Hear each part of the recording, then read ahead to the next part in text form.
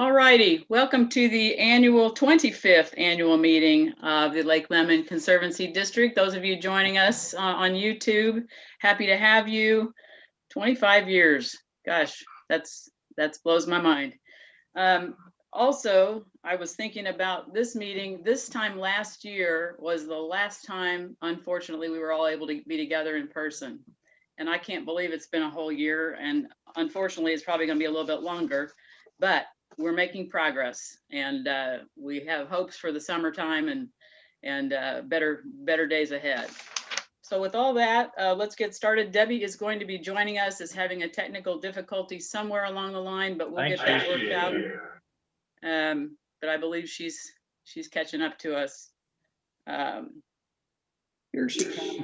Okay, there she is. Hi, Debbie. There I am. Sorry about that. That's all right. No problem. We're good. Just welcoming everyone. You haven't missed much.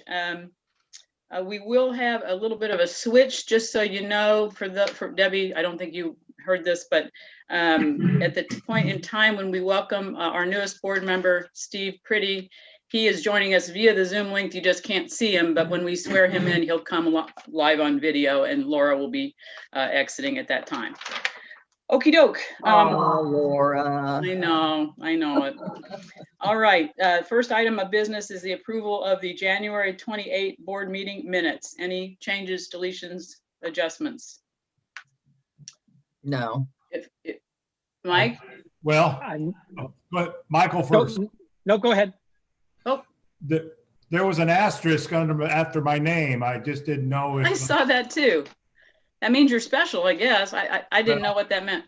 That you'd have to hit a shift 8 to get an asterisk, so I didn't know. I guess that's a remnant of the minutes prior, where it showed that you were absent for a couple of the votes. So there's. Oh, that makes sense. Okay, you remember that, Mike? That's called cutting and pasting.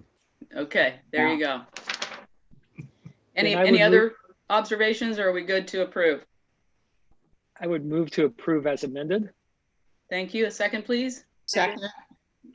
Laura, I'm gonna let Laura have the second. Mary Jane, just because I want her to feel like she's not wasting her time. All right, it has been moved and seconded that we approve the January 28th board meeting minutes as corrected, minus the asterisk. They'll do a roll call vote as we have been all this year. Laura? Aye. Mary Jane? Aye. Michael K? Aye. Les? Aye. Michael B? Aye. Debbie? Minutes. She An aye? Okay, and I too am an aye. Motion carries. Thank you. That brings us to the treasurer's report, Mike Blackwell. It's a pretty simple month. We had $648 in income and $29,283 in expenses. So actually a negative balance of $28,635.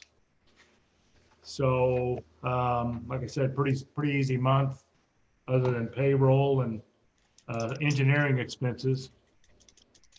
If there are no discussions on the report of claims approval, I do have a question for Debbie. The $1.2 million bond on our balance sheet, will that be moved into our liability? Because that's a liability and not an equity. Well, we have the cash. Well, but I understand that. I'm going back to my George S. George Scott accounting back at Marion College. And so when will that should become a liability at some point? Right. That's really the only question I have on the balance sheet or on the entire report as it stands. So we can discuss that later. Yeah, the only question I had that I pointed out to Adam was that I felt like that the CDs in the cumulative maintenance fund and then the retained earnings section of cumulative maintenance, we needed some adjustment to sync that up to make those equal. Okay, appreciate your input there. With that said, I'll accept a motion for the approval of the report of claims for January 2021. I'll make that motion, Mike. Thank you. I'll second. Okay, motion made. Laura, that was nice. Okay, motion was made by Pam, seconded by Mary Jane Brown. I will go ahead with a roll call vote. Madam Chair, Aye. okay. I'll go around to Debbie. Aye. Les, Aye. Mary Jane, Aye. and Laura, Aye. and I'm an aye. Motion carries. Michael. Michael Klitzing. Oh, Michael, did I miss you? Yeah, no worries. I too. Thanks, Michael. Sorry, yeah. All right, thank you, Mike B. Item 4 on our agenda is the Brown County Community Foundation resolution. And Adam, I'll let you clarify what that's about if anyone needs clarification. I think it's pretty straightforward. Yeah, we opened up the Brown County Community Foundation Lake Limit Enhancement Fund in 2018. Right now, it's just a pass-through fund, non-invested. In order to become an invested fund, we had to have a minimum balance of $5,000 and maintain that for a year. We have passed those requirements. They said they don't need a new agreement, but they would like a resolution stating that the Conservancy would like that transitioned into an invested fund. That way we can reap the benefits or downfalls of the market. Our original attachment or agreement is attached in there, as well as the notice of intent to modify from their board of directors. Our Monroe County one is also an invested fund. We've actually did pretty good in 2020 with that fund. So if there's any more other questions or discussion? I have one question, and it's kind of a moot point. Why, on my copy of this Exhibit A document, there's a lot of missing letters? I'm not sure. That's the that's the scan document that I have from the county when they sent that there. Okay. Missing letters just in the text. Yeah, look at the title, designated pass-through FU agreement between Brown County Community Foundation and La Lemon Conservancy District. Huh. I think mine's it's showing completely on there. mine too. All right, then maybe, I don't know why, but I'm not seeing all the letters. If it's not okay on everybody else's, it must be some kind of glitch. Are you looking at a hard copy or you're looking at the electronic copy? I'm looking at it on Adobe Acrobat. Yeah. Huh. Anyway, that's, if everybody else is good. Okay, so we need a motion to approve that resolution. Sorry, I just spilled my water all down inside of my dresser.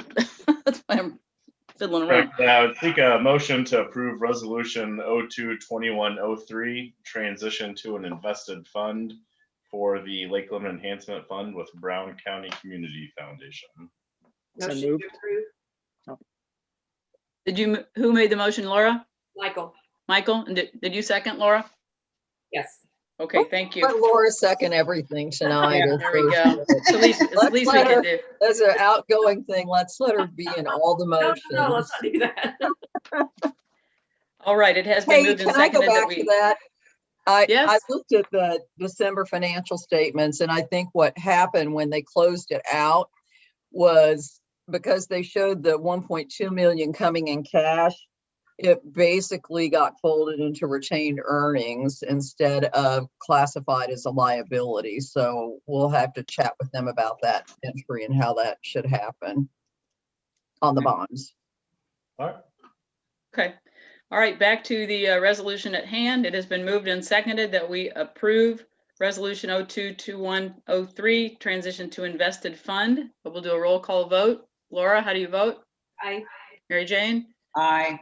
Michael K? Aye. Les? Aye. Michael Blackwell? Aye. Debbie? Aye. And I too am an aye. Motion carries. That brings us to the manager's report. If I seem like I'm speeding along, it's just that I felt like our meeting last time took a little longer than people like. So we're just trying to move. Adam, So, all right, we're going to start off with the 2020 annual report. Some of the stuff that's always in there, then we get into a little bit of the financials compared to last year. First off, we had 2 board positions that were filled in 2020. It was sub area 3, which was Mary Jane Brown, and then sub area 5, Les Wadzinski. They ran unopposed for an additional 4-year term. For personnel, or I guess for the board officers, we had Pam Dugan, chairman, Mary Jane Brown, vice chair, and Mike Blackwell, treasurer. For personnel, our staff included Scott Bode, Andrew Brown, and Alex Crandall in Gatehouse. We had Alex Snooks as park operations supervisor, Clinton Allender as equipment operations supervisor, and then Roger Edwards and Leroy Terrell as pushboat operators. Our Gatehouse operations, the Gatehouse opened on March 20th and ended on November 22nd. And actually, after opening on March 20th, we were abruptly shut down from COVID for a couple weeks, and that kind of prompted our pass sales via phone calls and mail, and we're still able to transition pretty easily without having the Gatehouse running at that time. Boat permits and launch fees collected in 2020 through the Gatehouse totaled $151,500. That was a $14,500 increase, about 10.6% increase in revenue compared to 2019. We hosted 10 fishing tournaments at that time.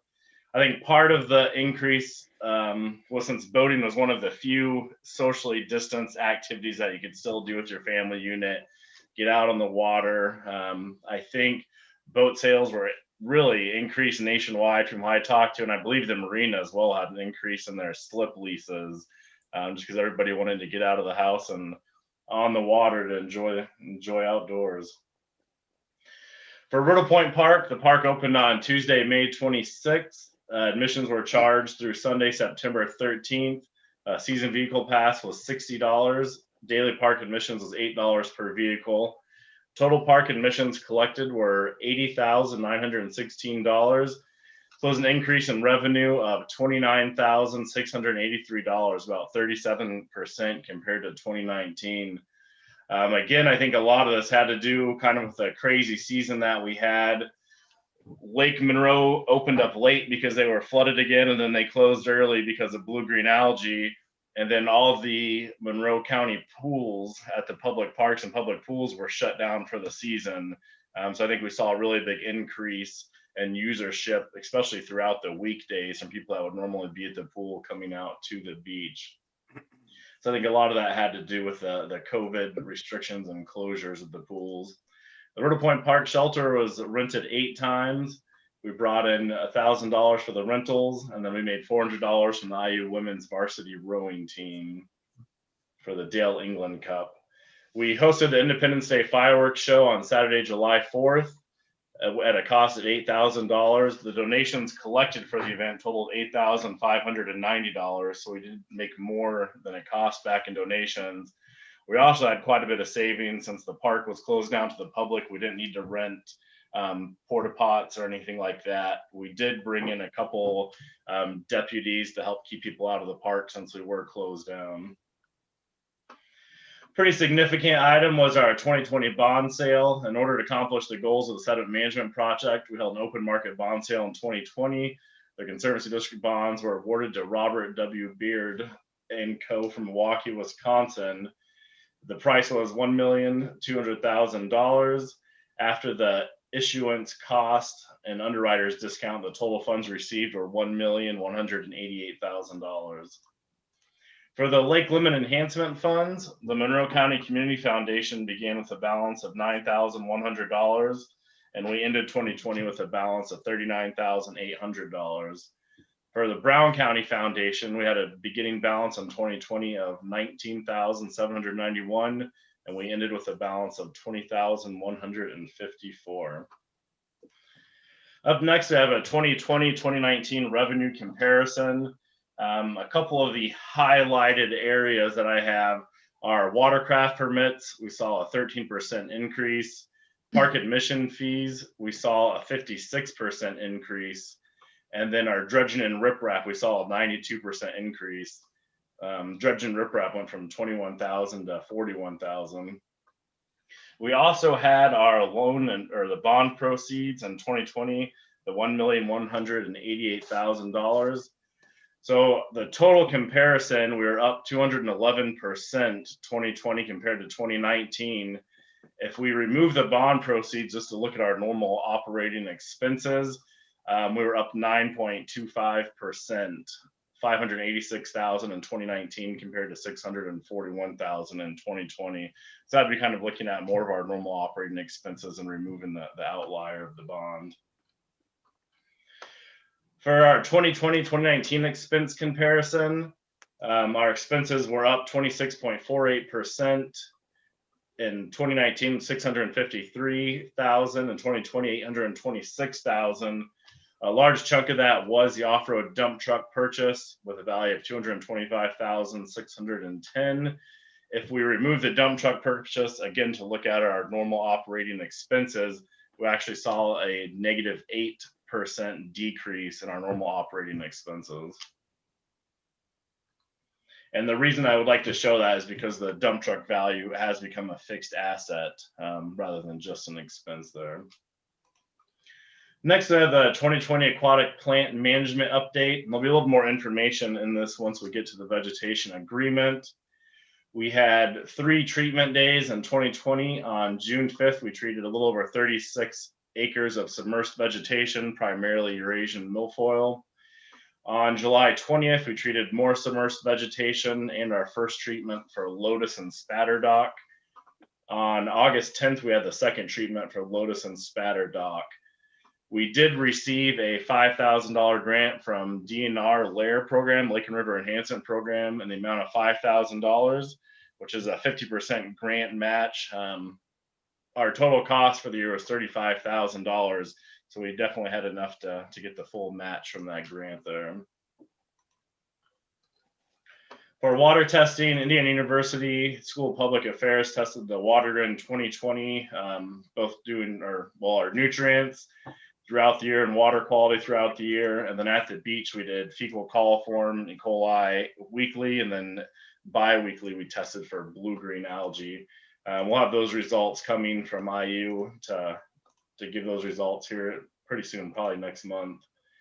Blue-green algae is tested bi-weekly during the season. For shoreline project permits, 8 permits were issued total to lake freeholders in 2020. Primarily, they dealt with shoreline erosion control improvements, dock configurations, and then actually a couple of drainage projects. Since 1996, 391 shoreline permits have been issued to the Conservancy freeholders. For our Lake Lemon Enhancement Program, the Lake Enhancement Program, the entry to this just talks about our program that we have. This is the in-house dredging operation, not including the sediment management project that is ongoing. The dredging operation, we're on the water pretty early, and we ended October 1st. We had 7,651 cubic yards of sediment removed from the lake in this time. And this includes a little over 5,500 from Dorothy Lane, 596 cubic yards from Chitwood Channels, and then 1,500 cubic yards removed from private projects. After that, we did take the equipment off. We started focusing on the sediment management project, starting to work on the land-based side over there and having equipment repairs. I was happy to be done with Dorothy Lane up there. It's a very tight area with this big equipment. So I'm glad that we finished the LLCD dredging in that area. For some of the cost breakdowns, we have our barge operation staff cost. This year, the equipment operations supervisor was a salaried position. Historically, it was broken down into LLCD dredging, LLCD other, which would be maintenance, disposal site prep, park work, office work, and then LLCD private for private dredging and riprap. So for the equipment operations supervisor, we have a salary in the first line item, $40,000, and then NA in the rest of them, since it's already included in the salary. The total operations staff cost was $60,329. In 2019, we had a total staff cost of $59,200. It's about $1,000 more to gain a full-time staff member, which was very nice. For the barge operation and equipment operating cost, I have an asterisk. Again, I forgot what the control symbol was, Mike, but there's an asterisk there under the articulating off-road truck. And that's because that cost did become a fixed asset for the dredging equipment. Not including the fixed asset, the off-road truck, the total non-staff costs for fuel, dredging supplies, maintenance, equipment rental, et cetera, was $79,440. In 2019, the cost was $74,600. For our 2020 private dredging and riprap summary, it was a very good year. Again, it was over 90% increase in revenue for the private work. We have this broken down by district and then jobs. And District 5, we had 101,000 cubic yards that were removed through private dredging, totaling 15,000 revenue. And District 7, we had 400 cubic yards removed at $6,000 in revenue. For riprap jobs, I had one job in District 1, one in District 2, one in District 3, and then 4 jobs in District 4. We riprapped about 985 linear feet of shoreline for stabilization through that private work. The total private revenue was $41,287. And then the final invoice cost, it's a fixed cost for the dredging per barge load. And then for the riprap cost, would be the cost of stone plus $100 per hour for staff costs. Talk about a win-win-win scenario. The freeholder wins because our rates are extraordinarily fair. The lake wins because the erosion is reduced. What was my third one? Well, anyway, it's just good all the way around. It is, and I sent out an email, requesting people to get a hold of us that are looking for private work this year. That's going to be a major focus this year, just to help bring in revenue. And so far, I've had quite a bit of interest. That was it. Revenue was number 3. Sorry for us. I look back at my board, but I already have about 10 jobs lined up for this year, and some of them are pretty nice jobs. So I have a lot more interest and quotes sent out for work. So I think it'll be a really good year this year for private work. Next, I have the sediment management project. This was a major focus during 2020 and ongoing. The sediment management project is the project where we're looking at doing a major hydraulic dredging project in the east end of Lake Lemon.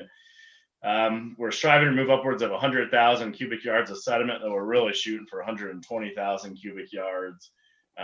Primarily where Bean Blossom Creek deposits, it's non-point source sediment pollution. Non-point source meaning there's not a single pipe spitting out sediment. It's really washing in from the watershed as a whole. So some of the major accomplishments that we have for that during the year are we've broken ground. We've been working on the upland site for disposal. And then a lot of effort has been put into either obtaining or having all the requirements completed for the following permits, which are what we actually needed to accomplish the project. So not only including the bond revenues that we had and getting bids for the dredging work.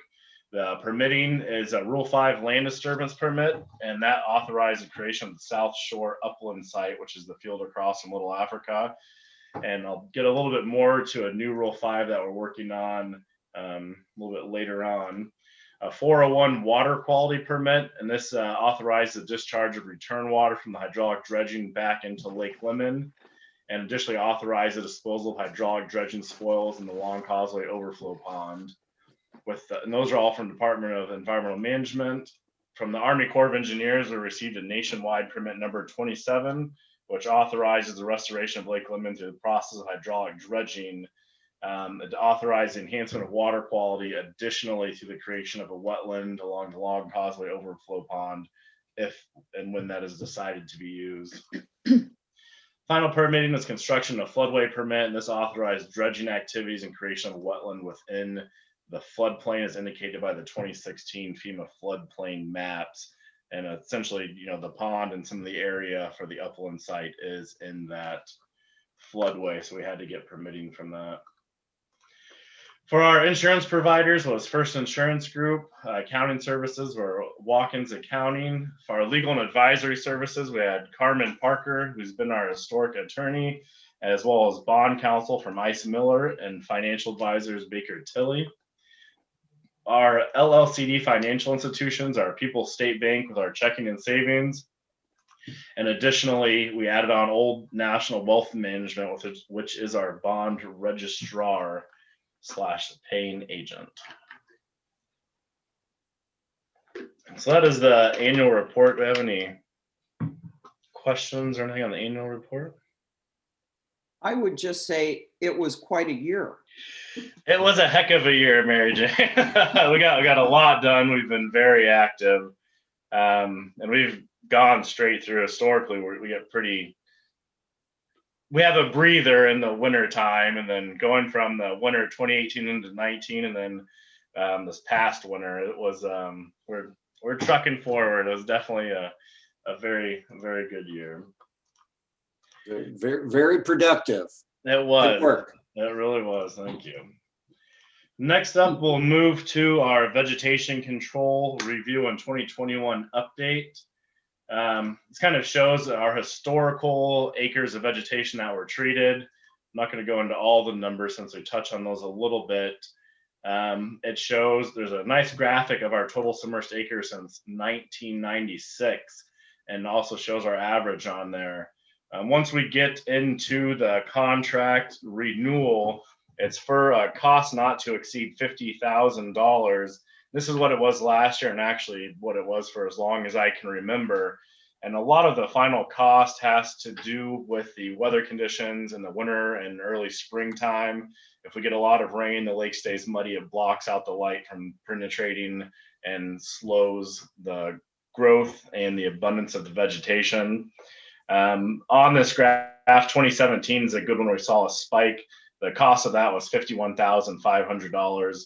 The cost this past year was $35,000. So we're generally in that $35,000 to $50,000 range.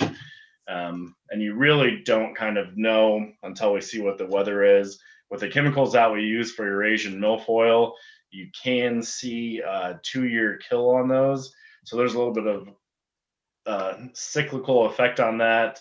However, in the areas that you do get the 2-year kill, it pops up somewhere else if we have not a lot of rain. So it's kind of a whack-a-mole game with where the milfoil is going to pop up.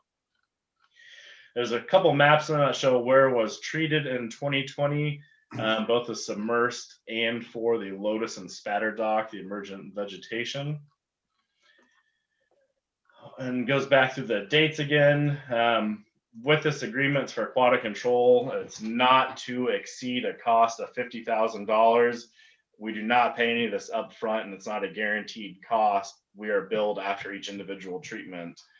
We've been using aquatic control for a long time. They're really one of the only companies around this area, and they know the lake very well. So it's nice to be able to call them up, say, hey, I needed something looked at this spot or something retreated, and they're very active. So with that, I'd like to request a motion to approve our 2021 vegetation agreement with aquatic control. A quick question. Did I see a caveat in there that said a $1,500 discount if I didn't see if we had to give them money by April 1, which we should be able to do. Yeah, it is a $1,500 discount. However, as a government, we can't pay until the services are rendered. So we can't, and we don't know what the final cost is going to be. So. Oh, okay. Thank you for that. That makes a little tough. Okay. Well, always trying to save a buck, but okay. Appreciate that. Got to do it right. Then so it's not to exceed the $50,000. Then we get billed after the individual treatment. Okay. All right. Well, I would make that motion then to approve the contract with aquatic control as presented. I'll Yes, second. Oh, I'm sorry. No, let Laura have it, Alex. No. Just put Laura down to second all motions. Laura's going going forward. to second everything. Okay. So it has been moved and seconded. Pam Dugan moved and Laura Shell seconded that we approve aquatic control for 2021. We will go down the line. Laura, how do you vote? Aye. Mary Jane? Aye. Michael K? Aye. Les? Aye. Michael B? Aye. Debbie Ladyman? Aye. All right, and I am an aye, so the motion carries. Thanks, Adam. All right, up next we have our operating agreement for LLCD mowing. When we bid this out, the low bid that it's awarded to has the potential for 3 one-year extensions as long as they don't raise the cost of mowing. That's really to try to lock in those prices over time. Last year was when we actually bid out the work. We had Nate Anderson excavating and lawn care with a bid of $10,860. I can't remember right offhand, but I think the other one was over $12,000. So this would be his first year of 3 potential one-year extensions, not to exceed a cumulative 4 years before being rebid. So they did propose to keep the cost the same at $10,860 for the mowing and maintenance work around here. If there's not any questions or discussions, I would recommend a motion to approve our 2021 operating agreement for LLCD mowing with Nate Anderson excavating and lawn care. So moved. Oh dear. You can give Laura the first. That's fine. Laura's the main motion. Michael K is seconding. Is that correct? Sure. Yes. We're going to switch it up a little, just make sure everybody's awake. Okie doke. It has been moved and seconded. Any further questions on that? All right, Laura, how do you vote? Aye. Mary Jane? Aye. Michael K? Aye. Les? Aye. Michael Blackwell? Aye. Debbie? Aye. And I too am an aye. I'm glad you've been pleased with these guys. That's great. Yeah, Motion carries. If you think, as I recall, we increased the budget last year because we knew we were going out for bid and we thought we were going to have to pay like $15,000. So we were really pleasantly surprised that we were Yes. able to get this price. Yep. I Yeah, remember. Anderson actually bid lower than what they had for the previous years under the contract. Hmm. So that was definitely a pleasant surprise. When does that ever happen? That's great. Yeah. So next up, we have our 2021 dredging priorities discussion. I have a couple recommendations. I'm actually going to pull up the map here. If I can figure out how to do this.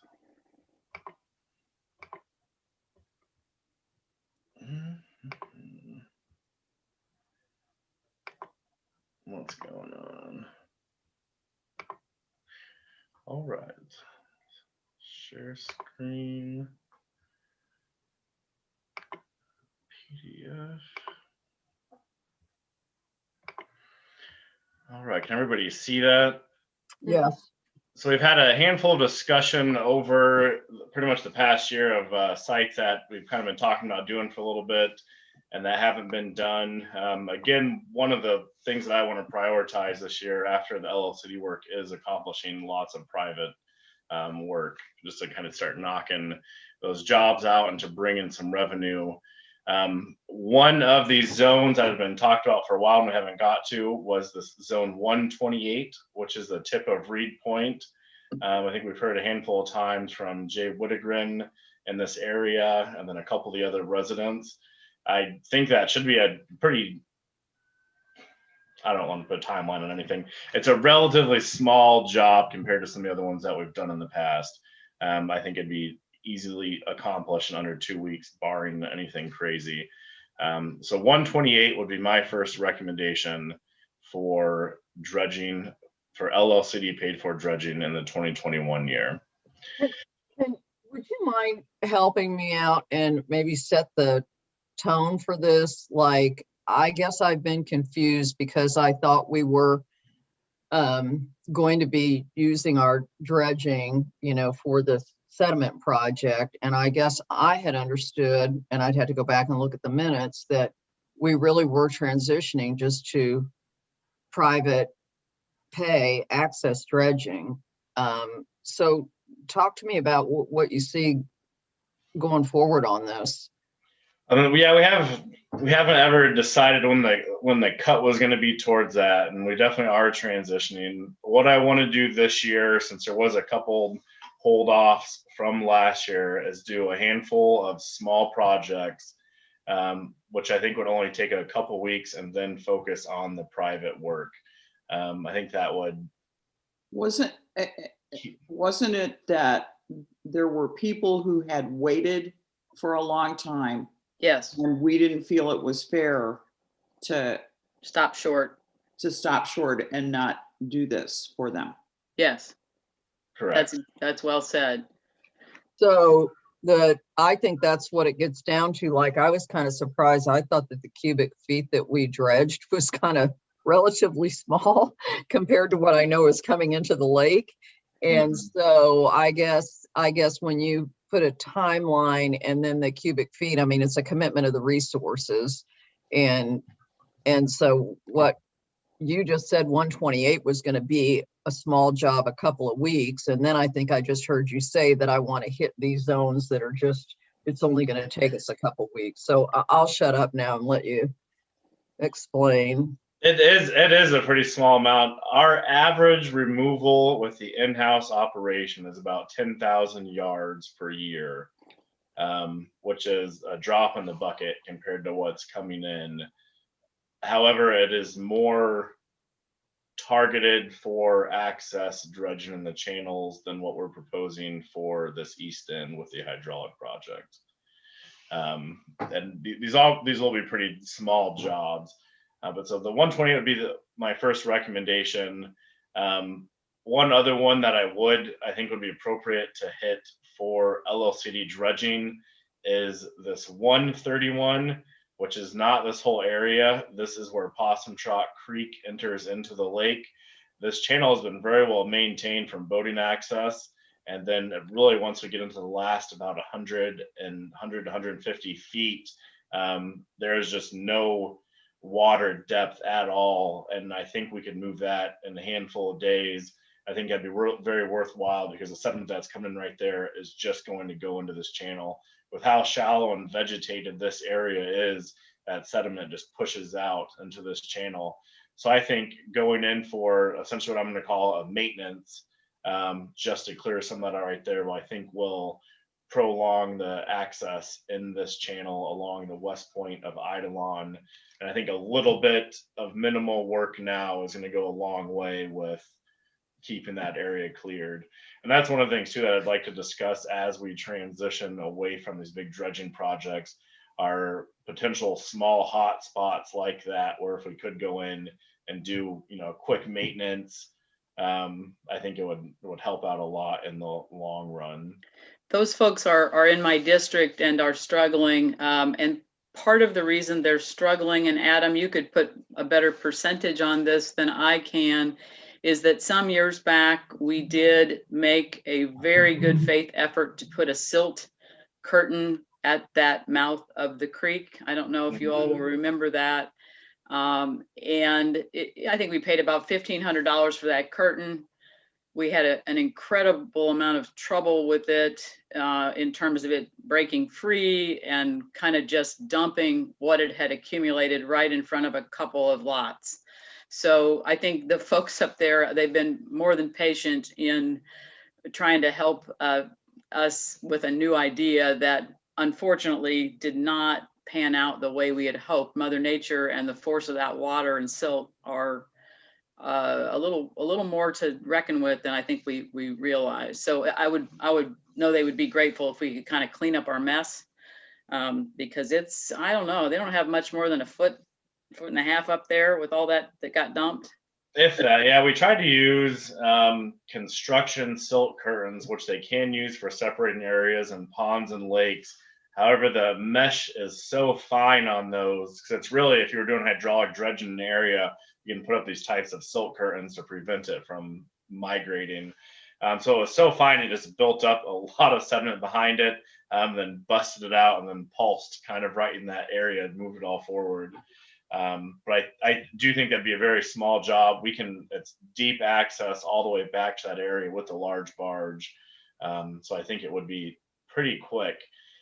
So really, I mean, those are the two biggest ones right now that I'd like to get out. Adam? Yeah. Just to clarify then, I mean, once though we start hydraulic dredging there on the east end, I mean, our equipment won't be part of that, will they? No, it will not. The hydraulic dredging will be the main bay work. Our equipment will still focus on essentially along the shoreline areas for access and then. Right, yeah, so what I'm getting at is there ought to be more opportunity for that. And refresh my memory, when do we think we'll get started on hydraulic dredging?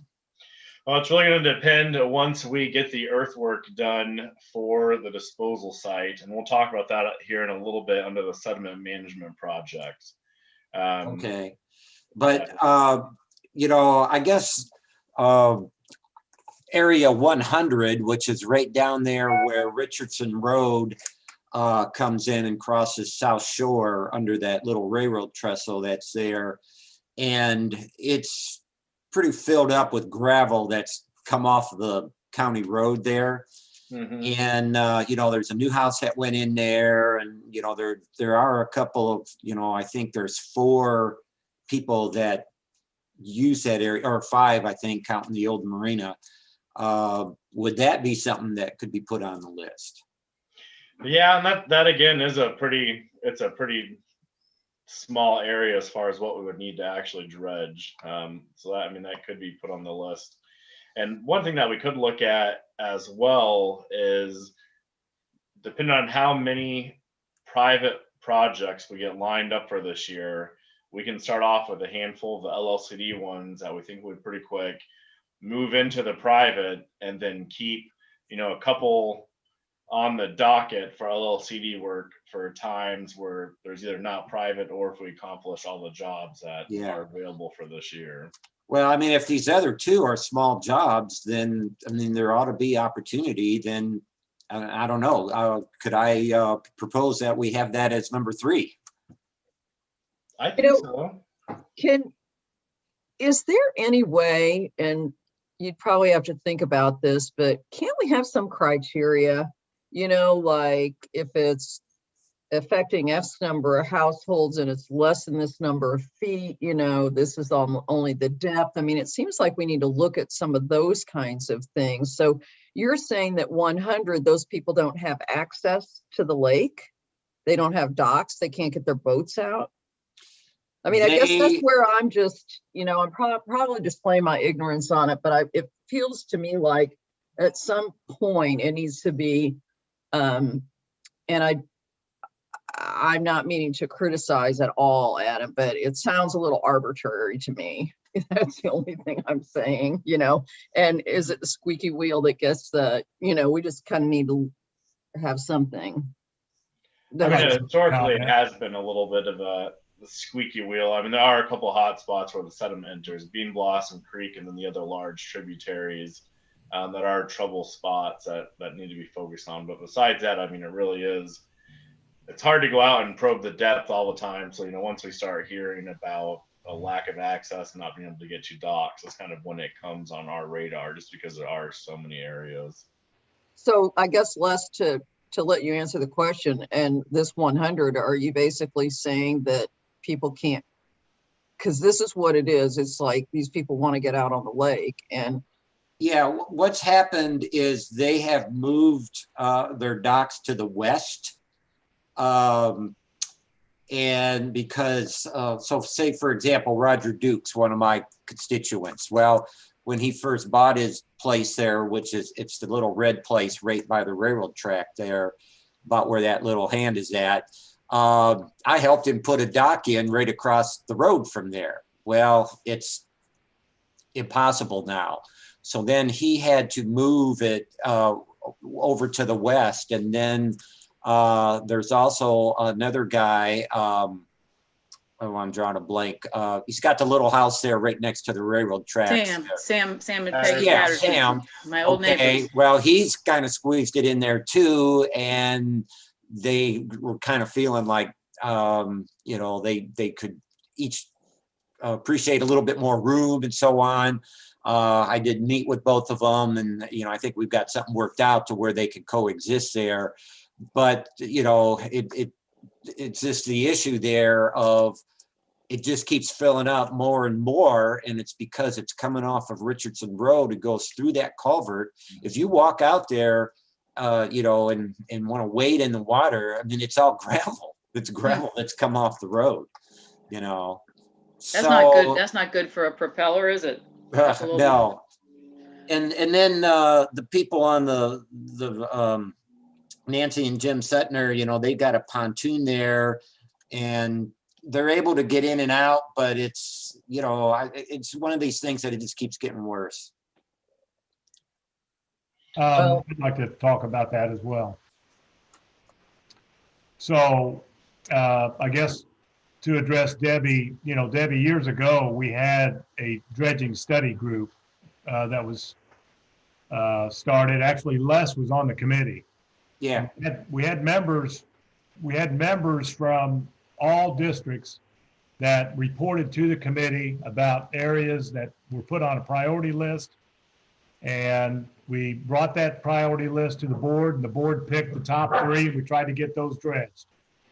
I can tell you, we can provide a list of all those areas that have been dredged, and there's probably only 4 or 5. Area 100, Les had brought to the meeting almost 5 years ago. And there used to be a big screen TV in that area. I don't know if it ever got pulled out, Les, or not. And I can tell you, Area 128 has been on that list for years. The last thing I'll tell you is Area 131. We have been in that area probably 2, if not 3 times. Yeah. The thing about 131 is that is a lot of water traffic that comes down through there. We did try to stop it with a curtain. So I would almost recommend, yes, let's get that cleared out one more time.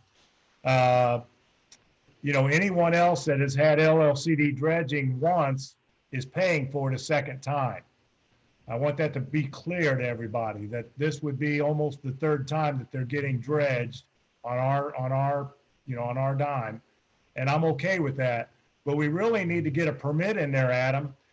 Grand Lakes, Ohio, KCI got a permit to divert the water coming out of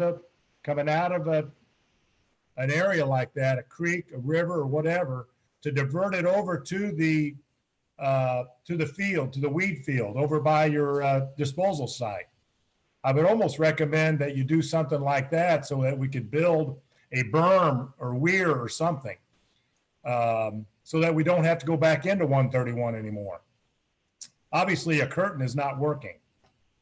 So I'll open it up to questions. I can imagine probably when these 3 spots are completed, our LLCD dredging will almost be completed, with the exception of maybe Greg McAtee was on that committee too, and he lives in Laura's district, and he was in 126. I would say there's probably maybe 2 or 3 LLCD dredging left on the DSG list, unless you can correct me on that, but I believe that's correct.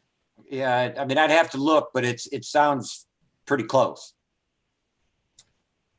So that would be my recommendation, is go 128, 100, 131, be finished for the year, start on private, and then, you know, we get with our constituents to see if there's anything else. And then maybe at this point, Debbie, at your point, like we did in Salmon Harbor, we paid for dredging last year. Yeah. So I just think it needs to be clear, you know, our policies, just like we did the resolution on the seawall. And I just think we kind of need to, and maybe I'm the only one that's not clear on it. I don't know, but that explanation helps, Mike. We need to come up with a list. We need to come up with a list of people who have been dredged, and we really need to provide a maintenance diversion in 131, because that is always going to be a problem. And that would be my suggestion. I think that's a great suggestion, Mike. I would also say that what we really need to do is to more broadly communicate our desire to move to more private work. I don't think we have done that especially well.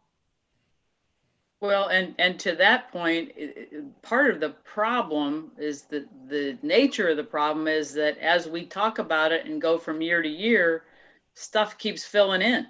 So until we get our ducks in a row and try to draw a line, which isn't always easy to do. I mean, Les has got gravel, we've got muck. is gravel worse than muck? Maybe, but it's over time things change. And so I think that is, to Debbie's point, where it's a difficult challenge, not insurmountable, but that's the nature of this beast. So Well- I would propose, instead of trying to decide something in the moment, which I don't think anybody's really suggesting, Right. other than these particular areas that we've discussed here this evening, we need to develop a plan that says in year whatever, this is how it's going to shift. Yeah, okay, fair. We've been talking about that for a And while. here's what we're going to do. and Well, we we're not have gonna- been, and we've been saying we're going to shift. So I think Mike Blackwell's idea, and I think it sounds like Adam, I think you have all the information. We do need to broadly communicate and look at who hasn't been dredged. And, But this these- is the charge. This is the charge. And I guess 131 was kind of our fault, because we tried something and it didn't work, but I fully agree that we need to figure out a different solution for that, or let it go. I don't know. Well, and I agree with you, Debbie. I think every time we get in one of these conversations, I'm sitting here going, we talked about this. We Yes. did. We have Yeah, talked you're about right. You're right. every single year. Yeah. But it's like we don't have a base document to say, this is our plan. And This is our policy. and this you is our know. policy going forward. Because ultimately, what I would like to see is these areas like 100, 131, down on the west end where Icebox Cove comes in, where we have these trouble spots that if you were to take care of them frequently. Where's Icebox Cove? You're flipping around too much on me, but help Icebox educate Cove me. is down here, Right there. which was Okay. actually dredged out last year. Right. Where these main tributary areas are, when we transfer, what I would ideally like to see is that we spend, 2 weeks at the beginning of each season. We go hit these tributary areas that come in. That way, if we have to take out, 2 barge loads at the beginning of each year, that's 1 day's worth of work, and it doesn't add up over, 4, 5, 6 years until that whole area is full. So we could get in where at the beginning we spend 2 weeks. There's a handful of areas where the tributaries come in.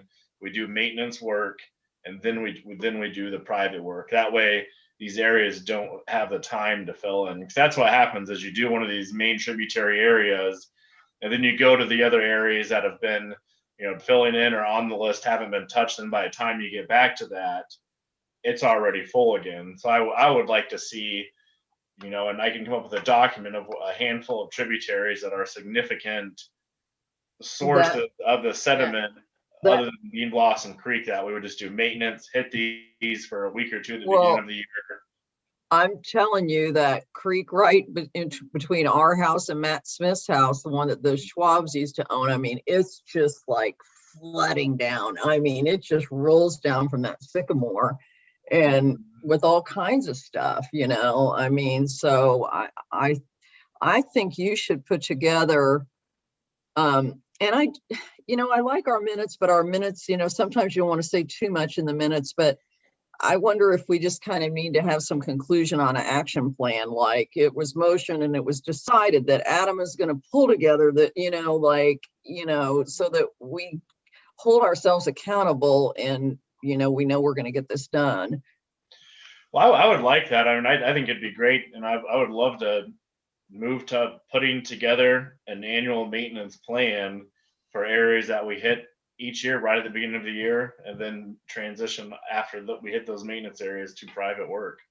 Why don't we start with that, Adam? You know the lake as well as anyone, and take a stab and then bring it back to us. And meanwhile, I think we need to review what your suggestions were and in what order, and give you an answer on that for this year. Does that sound fair? I'd like to make one more comment.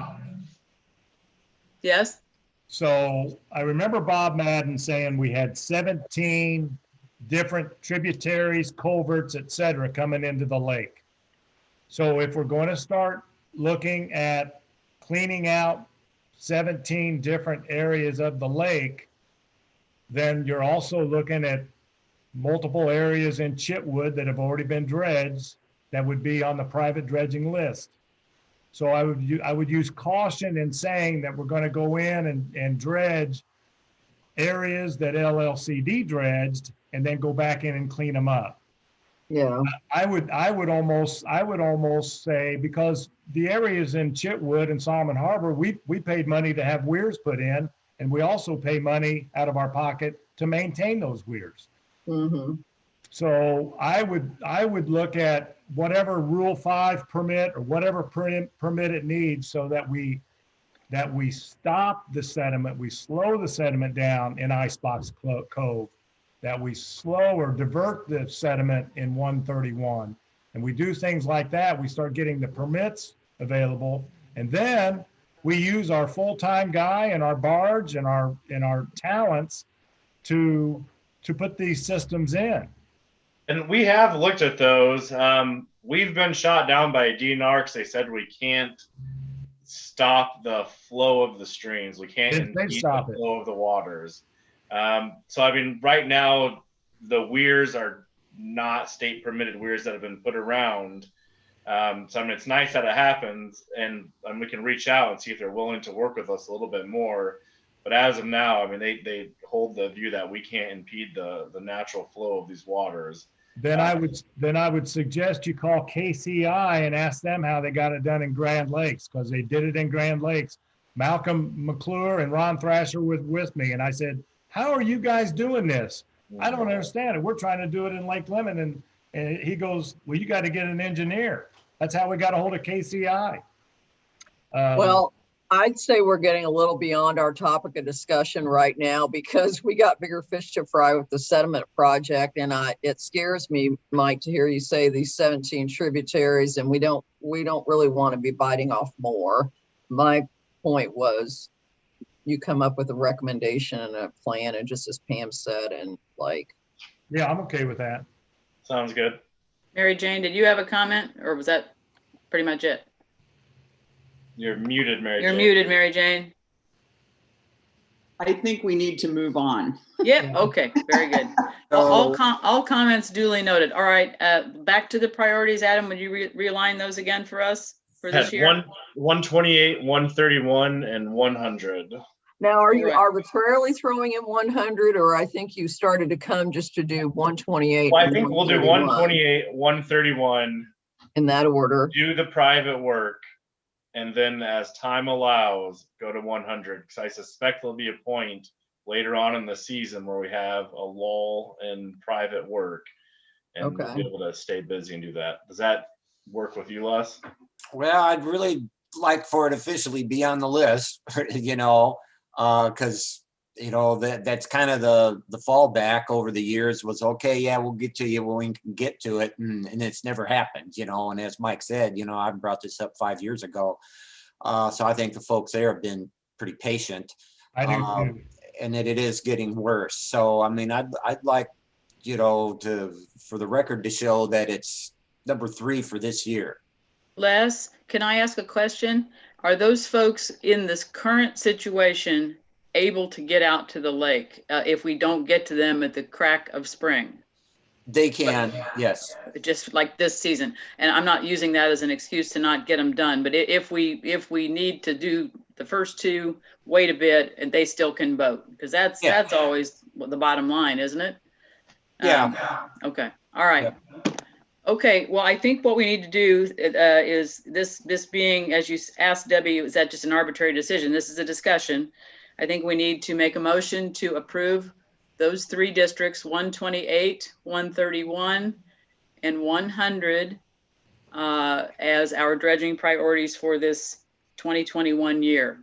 LLCD. I'll make that motion. All right, Les was first. Les made the motion. Mary Jane will second it. Has seconded it. Laura wants to second it. Oh, no, I don't. I've got Laura down for a second. I think I heard that. There you go. There's a prize at the end for most seconds. All right. Is there any further discussion? Yes. Yes, Mike. I would yes, I like the order, and I like to approve. I would just like the caveat to be that we at least have some kind of plan to fix 131. Well, we will, that will put on the wish list. We'll investigate that for options that we can. And I don't disagree with you at all. I really wish our first one had worked, but yes, that is a much needed scenario. All right, is there any further discussion, or can we vote? So The was motion- Mike wanting to amend the motion then? No. That was Okay. discussion, just Okay. discussion. Okay. No, I do not believe so. Is that accurate, Mike? I opened it up for discussion. Okay. Got it. We all have KCI's number. Okay. All right. All right. Let's put this to a vote then. I need, Adam, I need my whole screen back. How do I do that? So I can see you. There we go. Thank you. So it was Laura? it was already voted then, right? What's that? It was already. it was No. already- Moved in second, but no It vote. was moved and seconded, but no vote. So Laura, how do you vote? Aye. Aye. Mary Jane? Aye. Michael K? Aye. Les? Aye. Michael B? Aye. Debbie? Aye. Almost called you Lebby. And I am an aye. Motion carries. All right. All right, next we have Resolution 02-2102. It's a resolution authorizing a Western Ellis Point seawall and setting debris removal expectations. That is historically the area where all the debris that moves down Bean Blossom Creek with the east to western or west to eastern winds, it comes in and then gets blown up against that area. The issue that we run into primarily is with the high water, it continues to wash up on the beach, so we can't get equipment to it. And the beach erodes, so we can't get the barge there and we can't get a skid steer on the beach.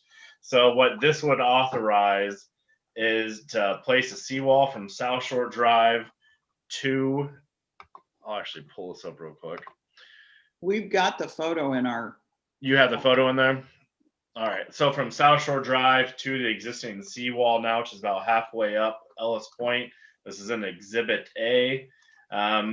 Allows for the seawall there. Primarily, we try to discourage seawalls unless it's absolutely necessary, just because it doesn't provide benefit to the environment. And if it's in a high traffic area, it actually increases the amount of erosion and by waves. So this authorizes that. It then states that the Lake Lemon Conservancy District will remove debris along the proposed shoreline throughout the recreation season on an as needed and as available basis, along with our spring removal. So if anybody has any questions or discussion on that, I would recommend a motion to approve Resolution 02-2102. So moved. Second. Sorry, Laura. You got me. My old neighborhood. My All name- right. Any further discussion on that? I'm glad we're doing it this way. I think we needed to underline our general rules, but an exception is in order. All right, are we ready to vote? Yes. All right, Laura? Aye. Mary Jane? aye. Michael K? Aye. Les? Aye. Michael Blackwell? Aye. Debbie? Aye. And I too am an aye. Motion carries. Thank you. All right, next we have our sediment management project update. I am going to share the screen for this one. What we did notice on the bids that we received back is the earthwork bids were much higher than anticipated. We did learn that there was some significant markups from local earthwork companies that were subcontracted in those bids. So part of the goal of the sediment management project was looking at what we can do in the site to decrease cost, increase capacity, and decrease, well, essentially cost. So here is what we had originally for the basin design. Utilize only the open field area, not this wooded area. And then it's kind of hard to tell on this eastern side, above the normal perimeter berm, there was an additional about 17 feet of sediment that was stored there that needed to be compacted as part of the berm, as well as additional storage on this western side. This also resulted in the need for hauling off-site dirt, 10,000 cubic yards, which came to a quoted estimate of $100,000 just to remove that dirt off site. So what we have been working with the engineers and the lake task group is this new design. Nope. What did I do? So this new design that we have here, we were actually able to eliminate these additional berm heights on the eastern and western end. And what we're doing is we are applying for a Rule 5 permit to utilize this area. This extent and this dash line is the extent of the floodplain, and then also an area, so we are impacting less than 1/10 of an acre of the wetlands, which is the threshold to trigger mitigation. So we're keeping less than 1/10 of an acre impacted, keeping out of the floodplain to avoid additional permitting. And what we are proposing is storing the excess dirt from this dredging area on the eastern and western side of the stream, keeping a 10-foot stream buffer so we don't have to mitigate that and only utilizing temporary crossing. These areas do not need to be compacted since they are storage. And actually, since we'll be using this area, there's such a wide berm wall here, we were able to eliminate the need for compaction of this western edge here. So we'd only be compacting this northern, eastern, and southern edge. Based off of the engineer's estimates, this design has alone resulted in a 20% engineer's estimated cost. The original estimated cost was $884,000. The bids that came in, one was, I believe, $670 or in that area, and we actually found out, that one was about $490 is what was submitted. We just found out through discussion. So with the engineer's estimate, 20% off, they estimate $690,000 for that. If that 20% follows through with the local contractors, hopefully we can get down in the sub $400,000 range for this project. This will need to be bid out again as a standalone project, and that will allow us to get a hold of local contractors to hopefully get a reduced cost on that from what was bid before. So that's what we're going to move forward with. It's about a 30-day process for the Rule 5 permit. We have to advertise in the newspaper, get approval from the Brown County Stormwater Management or Sediment and Water Conservation District, and then send it to IDEM for the Rule 5 permits. That is in the works right now. I hope then by the end of March, early April, to be able to bid this out. Along those lines, we do have the bids that we received for the dredging.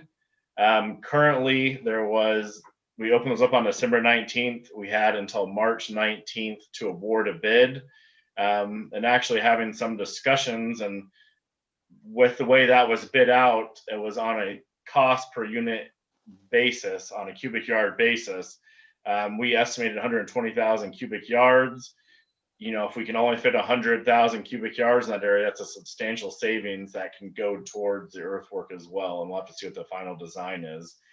On this design, we were able to increase the capacity. I had some notes right here. By about 13,000 cubic yards for the actual basin capacity, just by this redesign as well. So we should increase capacity in the basin and reduce cost. What I would suggest, and I know we have talked about not wanting to sign the contract until we have the final cost of this upland disposal site, would be sending out a letter requesting a 90-day extension for the validity of the bid prices that we received in the dredging bids. That would give us enough time to get this Rule 5 permit, bid out the earthwork, and see what we're looking at for cost on the earthwork in case we need to adjust our final yardage that we're dredging, and just kind of see what we're working with there. Do we have any discussion on this? No, I think that makes sense, Adam, to ask for an extension. Now, I would say that it's risky because we might not get it. And I'm just plain devil's advocate. I'm not saying I know the answer. I do not have a crystal ball, but we may not be able to get that. I am fairly certain of one thing, and that is the dredging prices, if we have to do this again, will not go down. Just food for thought. Others? But you were gonna- Michael, I guess Maybe we should take this down now so we can all see yeah, each other. that'd be and raise great. our Yes. hands. Are you guys okay with that? Yeah. Okay, perfect. Michael K. Along those lines, Pam, we have until the March 19th, so we can send out the request now. If people say we don't want to move forward with that, well, then we can always have a meeting early to mid-March. Okay, all right. As point. a fail-safe there. Always that was trying to my be. question. Okay, that's a great question. Yeah, I wasn't thinking outside the box enough there. We could have a special meeting, I suppose, and an extra meeting to decide. Okay, 19th of March. Yeah, it's right around there. It was 90 days from December. Okay, I have to look. Yeah, I think it's like right around March 19th. okay, and today's the 25th of Feb. So if we got those notes out or requests out, although you already did some, right? I mean, you just haven't heard back. We can send out the request. I could really get that out tomorrow to the companies. We'll see what the companies say.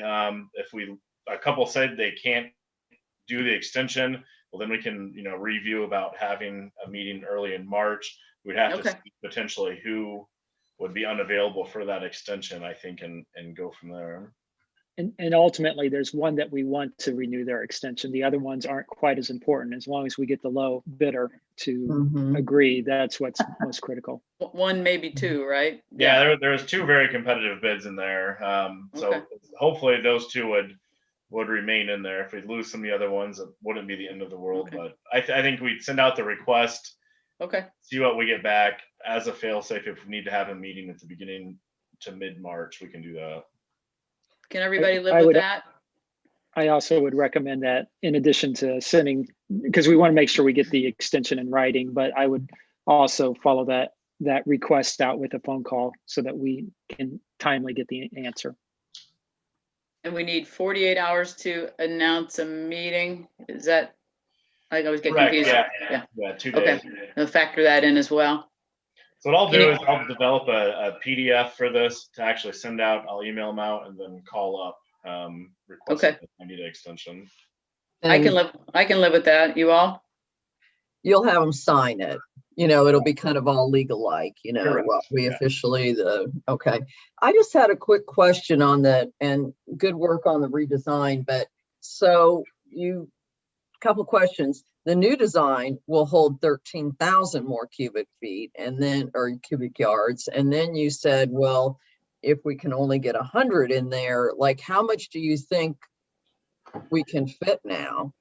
So ideally, the dredger said they would prefer a 30% buffer on yardage. So at 100,000 yards, that 30% buffer, you'd want 130,000. At the normal pool, 2 feet below this berm, the capacity is 133,000. Now, as you get over that 30% safe, comfortable buffer, that's when you start getting into the realm of needing these flocculants or the chemical additions that were in the bid packet. That actually increases the amount of sediment that will fall out and the rate that it falls out. So I think we'll be able to get the 100 and then squeak towards the 120 with the use of the chemical additives. Or, if we come back based on the earthwork cost, if we say, hey, we just want to go for the 100,000 because we need a little bit of money towards earthwork, that's something that we'll have to look at there. Okay. I got the resolution that we passed said up of 100,000. We want to make a big impact, as big of an impact as possible. Okay. Yeah. Thank you. All right. I would request a motion for that to issue a 90-day extension request. So moved. Thank you, Mary Jane. Laura will second.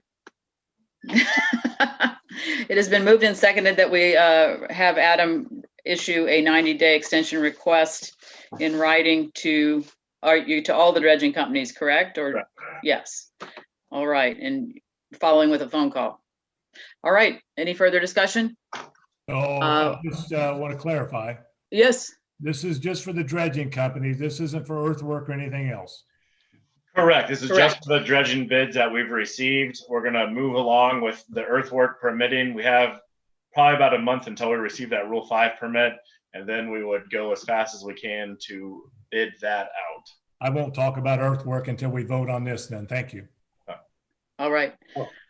Okay, are we ready to vote? It is, We once are, again, but those gas prices are going up. I yes, will they just are. They say will. 75 a gallon. That is true. Okay, it has been moved and seconded that Adam will issue these requests for 90-day extension to the dredging companies only. Laura, how do you vote? Aye. Mary Jane? Aye. Michael Klitzing? Aye. Les? Aye. Michael Blackwell? Yes, aye. Debbie? Aye. And I am an aye as well. Motion carries. All right. Right. Next, we have our Riddle Point Park 2021 improvements on here. I do have, had Alex was going to take that on. You want me to put up your image for you, Alex, or do you have it? Yeah, you can put it up if you'd like.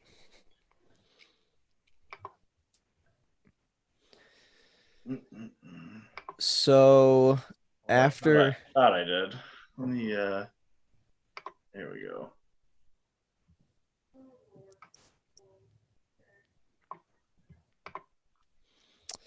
after our last meeting, there were some concerns with moving a little slower than some people on the board and or in our freeholder population towards ADA compliance. And with that in mind, Michael Klitzing and I and Adam sat down and kind of went through some ideas of ways that we could, spark this and get some money going towards ADA compliance in the park. And so if you guys can see here, I don't know, Adam, you can highlight the areas with your mouse. We are going to be looking at doing 3 to 4 parking spots that are all concreted and ADA compliant. With our parking lot size being between 76 to 100 parking spaces available. The minimum number of accessible parking spaces, car and van, is 4, and the minimum number of van accessible parking spaces is 1. So that 4 includes that 1. We don't need 5. We would just need 4 or 3 if we didn't think we could park over 75 cars in that lot. Those would all be concreted and 12 feet wide, and then 12 feet in the middle, or whatever the distance is between those two bollards, which we are guessing is somewhere between 10 to 12 feet. And then another 12-foot spot there. And then down at the bathhouse as well, a 12-foot spot with a 12-foot landing area to be van accessible. And along with that too, this wintertime, we're going to remove the windows and the doors for the shelter house to open up to the public. The shelter house doors are wide enough to meet ADA criteria. Really, there's just this kind of step in the platform right here to get up into the shelter house. So the cement area that Alex mentioned would slope down from the shelter house to the loading and unloading zone, and then putting a sidewalk to an ADA portalet.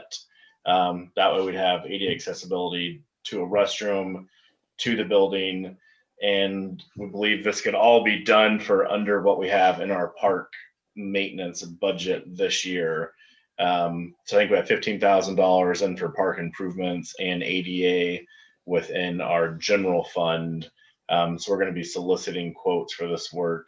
And then the one that we didn't have the image on would be at the boat ramp. The boat ramp, when it was built, the gangway with the ramp or the dock itself is ADA compliant. So we'll be looking as well at putting a cement pad for a transition pad from the ramp roadway onto the dock gangway.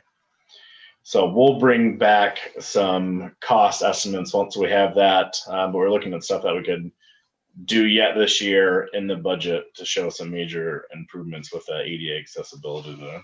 And thank you, Alex, for doing the designs and working on that. Michael K., did you have any comments on that? Oh, Sure. With this, all the slopes from the parking spaces into the structures would be at within the thresholds required within American with Disabilities Act. So, they're gentle slopes and fully compliant. But what that allows us to do, especially since we use the shelter as our meeting location in the summer, should conditions permit this year and in the future, this ensures that we have accessible parking spaces for this facility, an accessible route into it, as well as an accessible restroom for those individuals that are using it. Additionally, providing accessibility, again, appropriate slopes into the restroom facility. Obviously, that restroom facility ultimately needs to be replaced as identified within the park master plan. It's my understanding that the doors within that structure are appropriate, but this at least gets us a little bit better for that facility. Not exactly where we ultimately want to be with that, but that's a subsequent phase to ensure that we get the type of restroom facility that we want. Ultimately, we would want, and the master plan calls for this, is trail connectivity between the shelter facility and the new restroom facility. There's some grade changes there, and the distance between those two facilities makes it a little bit more of a challenge for us to do at this time with the costing. So this is sort of a first step remedy to enhance accessibility within those structures, but certainly not the long-term goal. It's just a step to make things better for the current. And then as we begin prioritizing the big picture for the master plan implementation, we can continue to prioritize based on available funding and what we need to do beyond this point. But it's the first step. It's certainly not the long-term solution, but it is a solution to begin moving us in the direction we need to go. Thank you, Michael. So I don't really need any motions on that. We'll bring back some cost of the board once we have those. It is within the park budget. I think it'll be pretty, we'll be able to accomplish this prior to the opening of the season with the current budget that we have. So making some moves there. Next, we have our gatehouse bids. We did only receive one bid on that. It was advertised in newspapers, and we thought we were going to get more, but the bid came back pretty decent. I actually met or attended the City of Bloomington Utilities Service Board meeting on February 16th. We have to get approval to do any substantial improvements to the park. The CBU did pass a resolution approving this. I have actually applied for the permit as well for a new commercial construction and submitted all the required documents with that.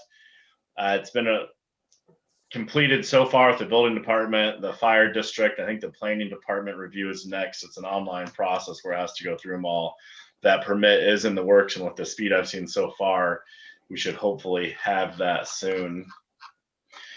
In the bids, in the pictures, there is some images that we're going after. We're looking at the limestone base around the building at a height of 36 inches, and then cement board siding on the building itself, a asphalt shingle roof, and then it will be ADA compliant, the entrance, the bathrooms, everything in there. So the bid that we had came in from SR Home Improvements. They're actually a local company at $32,659. When they called up to, they'd actually mentioned about holding tanks. They do have an additional add-on in there for a holding tank of $2,800 to place an 1,100 gallon holding tank within that island directly behind the building. I think if we move forward with it, that would be a good suggestion, just so we have a tank right there close by. It'd be easy enough to clean out when we're cleaning out the office ones as well, and just to make sure everything's up to date. On that, with just the one bid there, the company has stated that after approval, they should be able to start within 1 week and accomplish the work within 4 weeks. So that would put us at the end of March, beginning of April, which should be a very good time frame for that. And we do have $45,000 that is in the cumulative improvement fund budget from the cumulative improvement fund tax that was approved last year, and then we'll begin receiving funds this year. So we do have that $45,000 for the cumulative improvement fund, which would be able to fund this. I have reached out to the references from the company. I've also seen a little bit of the work that this individual company has done. So I think I'd be very comfortable with moving forward with them. I'll open up for discussion for the request or proposal. I have just a quick question. So I'm looking at the pictures, and so you're saying it's going to look like the limestone thing, and I was looking at the floor plan. So, and when you say that the bathroom is ADA accessible, where's the bathroom on here? It says utility on that image on the left-hand side. Right. That's kind of the toilet right there. Okay, gotcha. That's what I figured. So I guess people that go put their boat in and they're headed home and they want to stop and go to the bathroom, I mean, there's going to be a way for them to get in and use it, or no? Because that sure would be nice. This is not a public building. It is going to be probably a maximum of 2 staff members at a time in that building. There will not be public access except for to the outside window. We just can't do it, I guess. I mean, I'm not trying to rewrite everything, but I was thinking really, about it. It's we really so just can't have nice. the public going through there with the sales and everything going on. So this would not be a public building. This will be. I just thought if there was a back door, you know, that gave them access and then it locked to the front, you know, like, I don't know. I'm thinking about the nice bathrooms at the marina that are accessible and just people using the boat ramp, but just put it in your head. Yeah, and we do have the 2 porta pots by the ramp, and we have talked about putting an ADA one there. I'll just be hesitant having a door into this bathroom and then a door into the past sales office. Yeah, you got the parking issue though too. You know, I mean, people backing up and or stopping and all that kind of stuff. It's just not a good spot for a public restroom.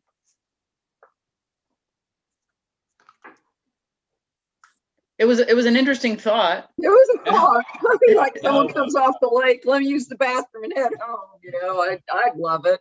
I guess we gotta have them. People have to plan a little better. I can see those concerns. Maybe they can use that handicap accessible portalet. That's not too far from them.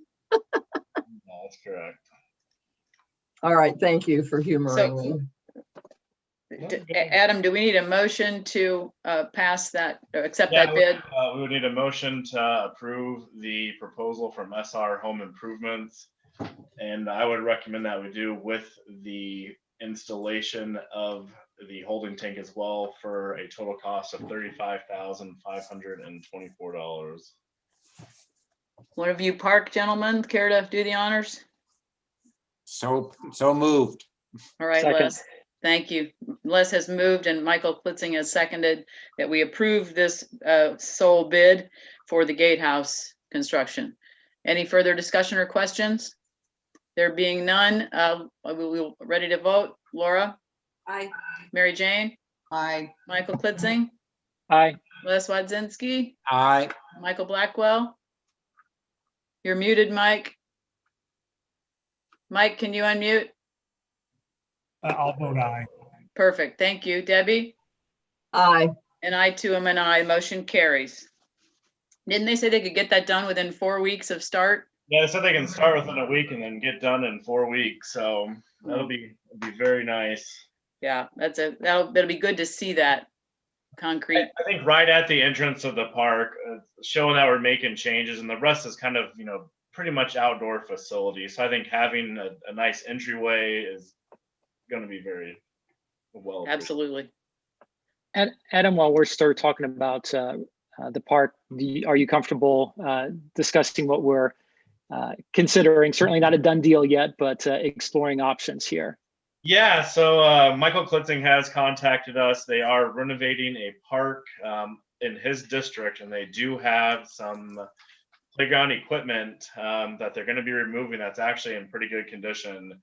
And there's some nice pieces of equipment there. We are responsible, or would be responsible, for the removal of the equipment, transportation, and then setting the equipment up. But not having to pay for the individual pieces themselves would be a huge cost savings. currently I'm actually reaching out to a company in Bloomington. I would love to be able to hire somebody, for hopefully only a couple $1,000s to say, take this apart, move it, and put it together. But even if not, we should be able to get the pieces of equipment down here and then work towards putting that in there.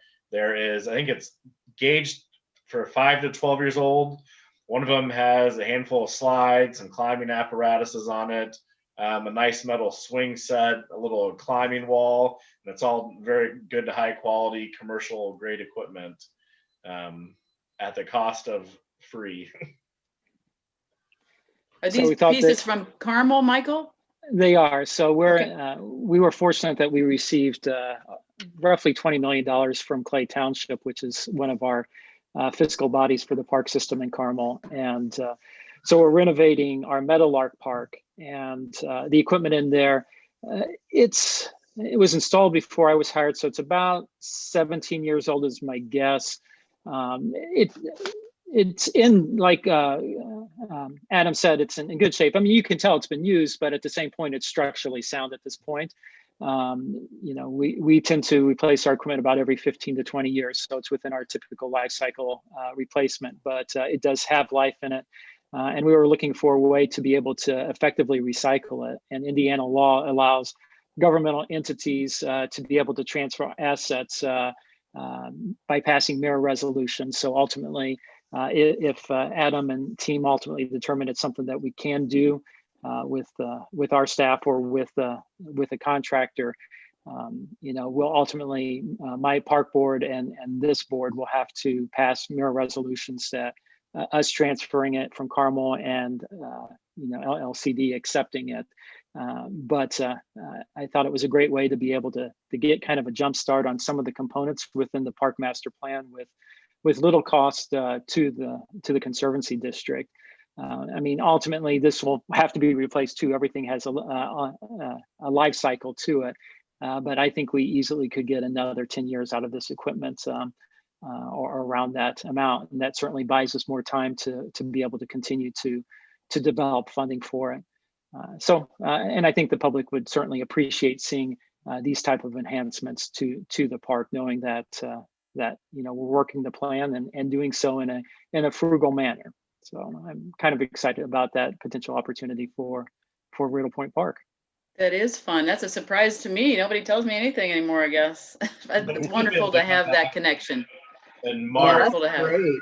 If you had to buy that equipment, Oh my gosh. I mean, we just put some in, got a grant like at our Catholic school. It's so expensive. Like, what would you say? What do you think you all paid for that? So originally, since it was beforehand and with escalating, who knows? But my rough estimate is probably minimally we're looking around easily $30,000 to $40,000 worth of equipment, potentially a little bit more. So yeah, well, great, thank you. Thank you. very nice. We need to figure out a way to make it work. Yeah, that's why I want to help a contractor. It'd be nice to find something. I've actually found a company in Bloomington that I'm waiting to hear back from, that they specialize in breaking down and moving and setting up parks, because there is cement work for footers and little stuff that we could probably accomplish, but I'd feel more comfortable bringing on somebody that can do this, and without the cost of the equipment, should be very feasible. So hopefully in March we got a nice update on that, and maybe some mirror resolutions to accept that. Sounds and good. Pam, I apologize. I probably should have given you a heads up about that, but I wanted to first make sure that Adam thought it was within our capacity to do it. So I was joking. I'm not upset at all. I knew the people let me know when I need to know. I have enough things to worry about, so we're good. Thank you. I appreciate it. I appreciate it. Okay, gang. We now are at item 7. I will reiterate that the board election results. We had 2 areas this year. Sub area 1, Michael Klitzing ran unopposed for a 2nd term. And then sub area 4, Laura Schell's district, Steve Pretty ran unopposed. And so Laura will be handing over the reins to him here in just a minute. Since they were unopposed, obviously that negates by conservancy rules the need for an election. So they are duly elected. So at this point, I would normally have you both come up and do, with your permission, your oath of office together when we're all together. But for clarity, I think we will, it's short, we will do them separately. And Steve is now, hi, Steve, welcome, joining us. Laura, hang in there for a minute till we do the oath. And before I do that, I don't know how to say thank you. And we will say thank you, I hope very much in a live manner this summer as we normally do. It just, there are no words. And we have appreciated all you have done for us and John. And I better quit or I'm not going to get through it. So hang in, go home, enjoy your evening, and we'll be in touch. We know where to find you. Yeah. All right. Why don't we go in order of numbers? Michael Klitzing, the oath of office. And it is with gratitude that I appreciate or thank you for your willingness to serve a second term. Repeat after me. I solemnly swear that I shall, I solemnly swear that I shall, to the best of my ability, to the best of my ability, strive to accomplish the purposes for which the district is established, strive to accomplish the purposes for which the district is established, and properly to maintain and properly to maintain its works of improvement. its works of improvement. Thank you. Welcome back. Thank you, Pam. Steve, can you hear me? All right. can. If you'll repeat after me, and thank you for stepping up to serve your first term. May it not be your last. I solemnly swear that I shall, I solemnly swear that I shall, to the best of my ability, to the best of my ability, strive to accomplish the purposes to strive to accomplish the purposes for which the district is established, for which the district is established, and properly to maintain and properly to maintain its works of improvement. its works of improvement. Thank you and welcome to you and to you, Michael Klitzing. And in that regard, you know, I think we all need to look at that oath again. And I know personally, it's a good thing to see once a year and just to remind us of what we're supposed to be doing. And I really believe we all try our best to do that. Thank you very much, Laura. Good night. God bless. We'll be in touch. Thank you. It's been an honor to work with you. I'll see you. Likewise. Likewise. Okay. Now, my techie wizard staff has figured out, I'm having my coffee this morning and I go, how the heck are we going to have a drawing in a virtual meeting for a boat pass? Not to worry. The boys, the men have figured it out. Have at it. So what we're gonna do is everybody in the chat from the public, what we would like you to do is select a number between 1 and 100. And then we will use a random number generator on the computer to pick a number, and we'll do whoever's closest without going over. So Bob Barker rules wins the pass, and we will do that twice. So select your number between 1 and 100, and then we'll use the number generator twice. So go ahead and put in your numbers, and Alex can either write those down or just let me know when to hit the wheel up here to select a number, Alex. How many do we award? You got the wheel, 2? Adam? I got the wheel, yep. 2. That's what we generally do. How many people are signed into this meeting? Like, how many people are viewing? I'll have to ask Alex that. I think 23 I saw, 25. 25 right now. Okay. Here come the numbers. Bear with us just a little bit. I know we're getting a little long, but this is a big meeting. Lot to go over. And this We is the fun always- part. We always Exactly. use those random number generators in auditing. Oh, really? Oh, Oh, yeah. Oh, yeah. I know there's a little bit of a lag there, so let me know, Alex, when you think they're no longer rolling in.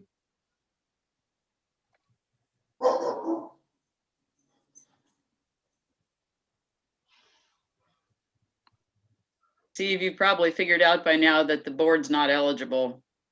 So hopefully you want to I- vote I pass may in have another got year. to- What's that? I was trying to figure out how to put my number in. Yeah, now you have to relinquish that privilege.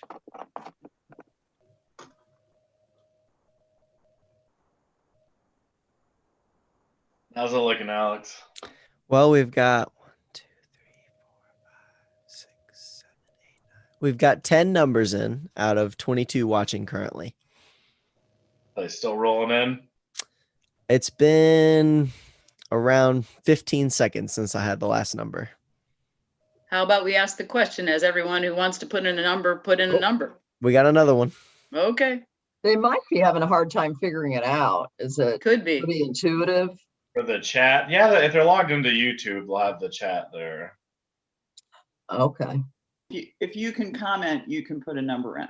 Yep. Okay. So you can see everybody's numbers. Yep. Yeah, and for those that are muted on the board side, I just realized the other day that if you're muted, you can hold down the space bar to temporarily unmute. So you can just hold the space bar and talk Right. and let go. I didn't know that. All right, how's it looking, Alex? I'm gonna say go for the first spin. We'll go for the first one, and we can do the second one. All right, for the first spin, the free boat pass 2021, not for jet skis. Don't get greedy. 85. 85. The closest without going over looks to be Michael Kafour Michael Very- Kapoor with a 78. with a There you 78. go. Congratulations. Congratulations, Michael Kapoor. We good to go for the second spin? We got another number in.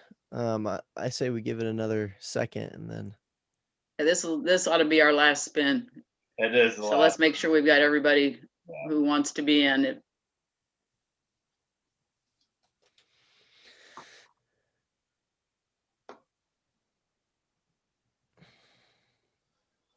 all right, last chance. I'm gonna count to 10 in my head.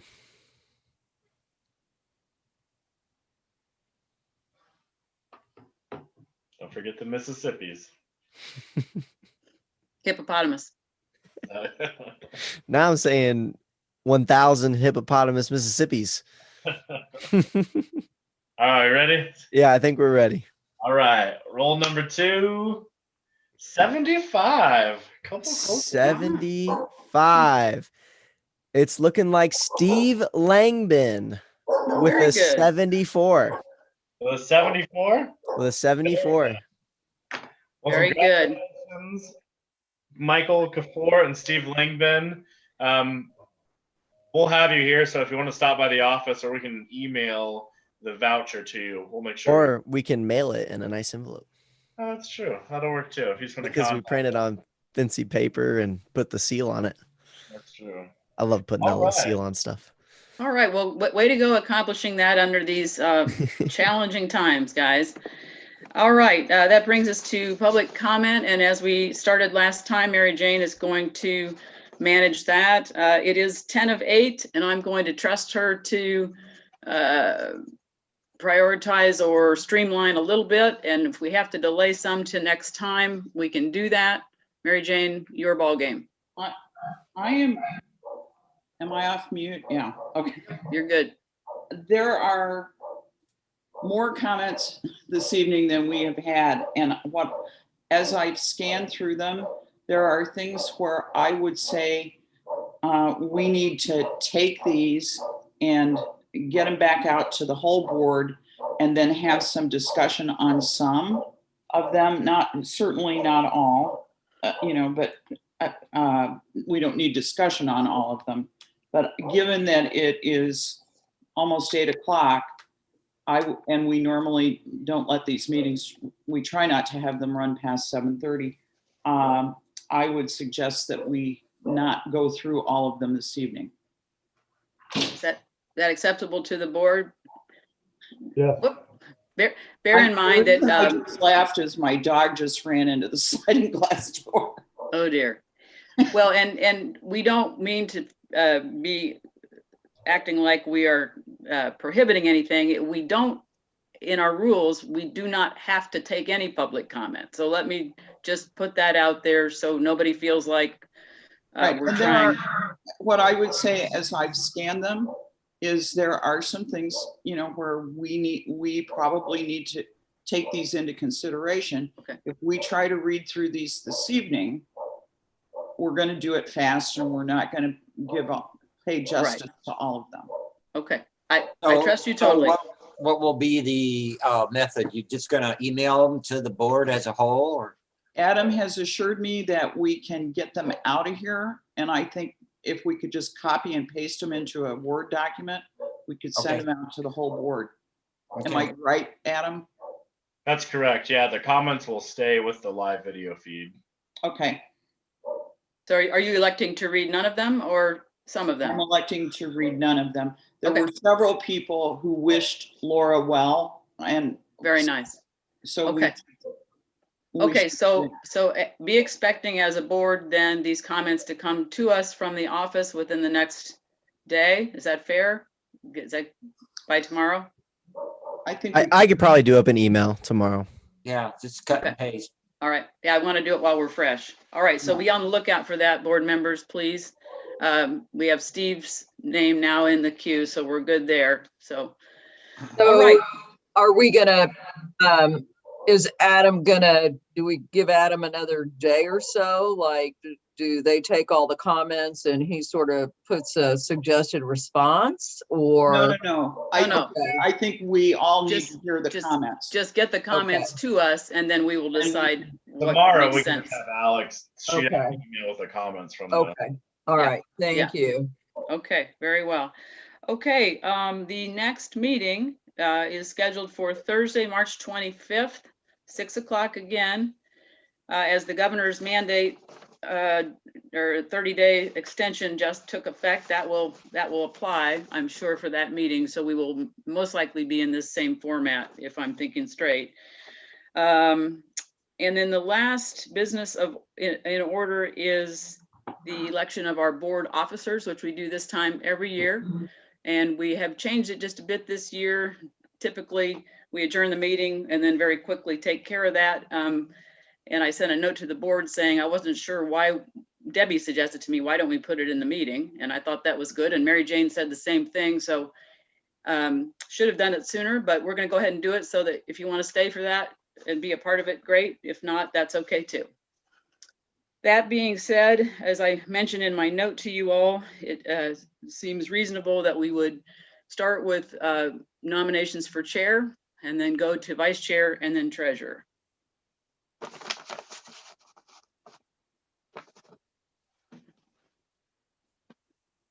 Are we going in any kind of order? Pam, what's your Yeah. point?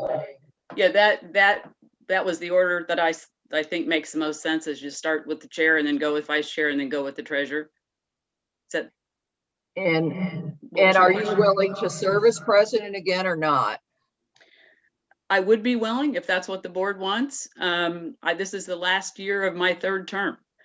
So I would be very happy to finish out if that's what you wish. If someone else has a strong burning desire, I understand that too.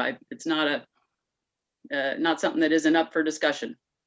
I would just say, I think Pam should be the chair when we finally start to dig some dirt on the East End. And so I would support, if you're willing to stay, support you staying. Well, that's very nice. Thank you. I would as well. I think you've done a good job leading us, and yeah. if you're willing to do it.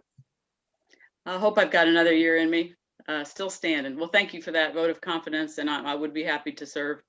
Is there anybody else that would care to entertain the opportunity to do that? Or if not, we don't need a vote on that, or we can finalize it with a vote, I guess. Nobody else? Chickens.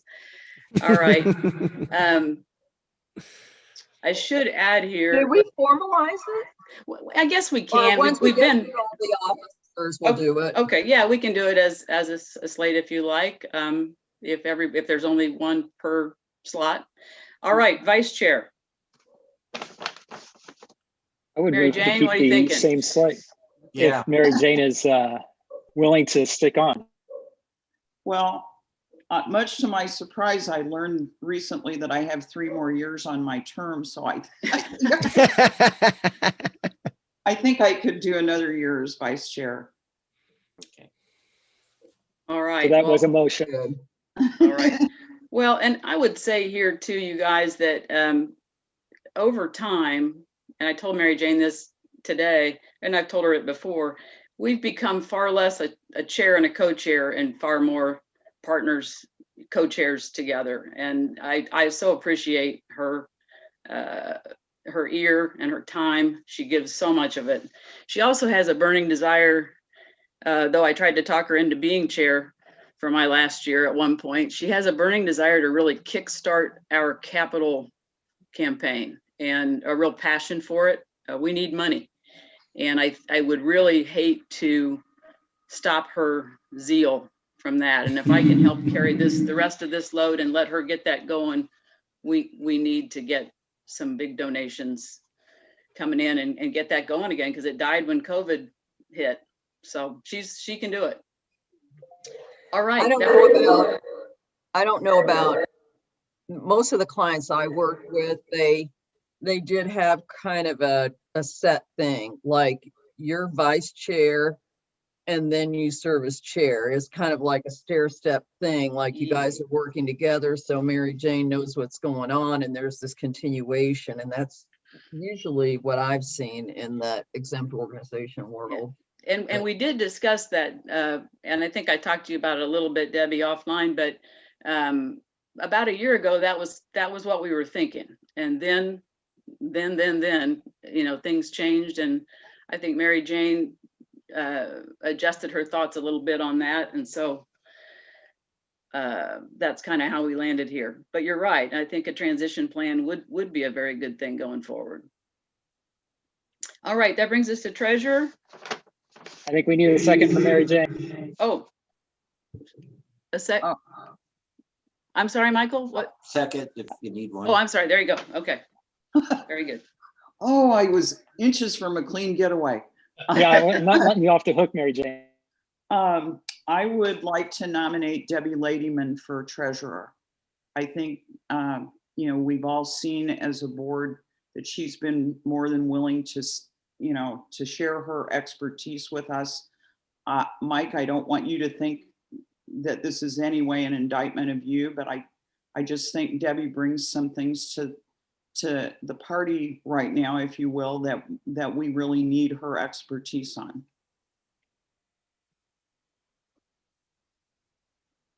All right, Michael. I'll second that. And I also second what Mary Jane said about Mike too. I certainly appreciate your commitment and stewardship of LLCD's finances while you've served as treasurer. So thank you too. Thank you.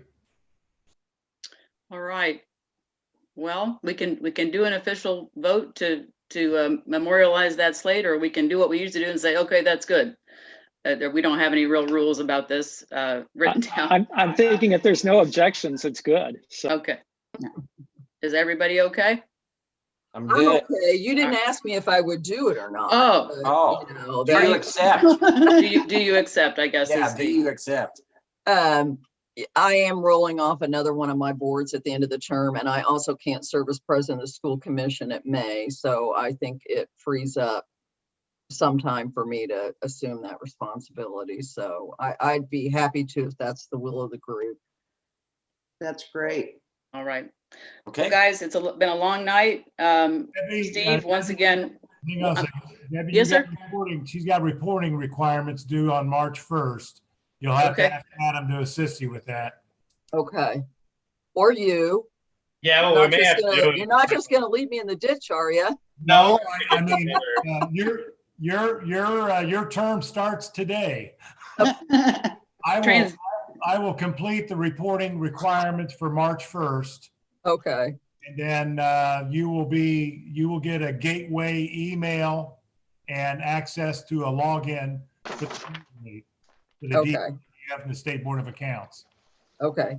So will you email me about that, you and Adam or somebody? And so maybe we could have a Zoom call here early mid next week Mike can kind of go over the gateway stuff, and then we can get the document together to Okay. have her with rights on the gateway and kind of all that. So Okay, we won't just leave you in the dark. We'll get together, all three. okay, all right. I've been, Pam knows this, but we just had our 12th grandchild late Sunday night. So I've been like running interferences. We got a couple little ones here and trying to help out. So just That's let me great. know when a good time is to get together. Congratulations. Yeah, Oh. 12. I'm jealous. Well, thank you all. Yes, Mike? No? Adam, just prepare the annual report for the March 1st deadline. Will do. Thank you.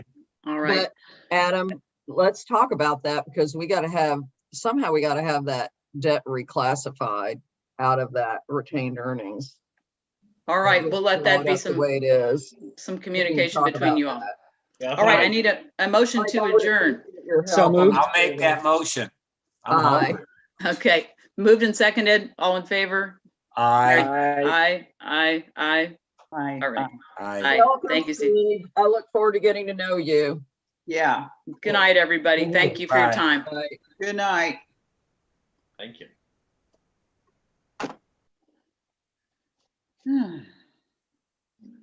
All right.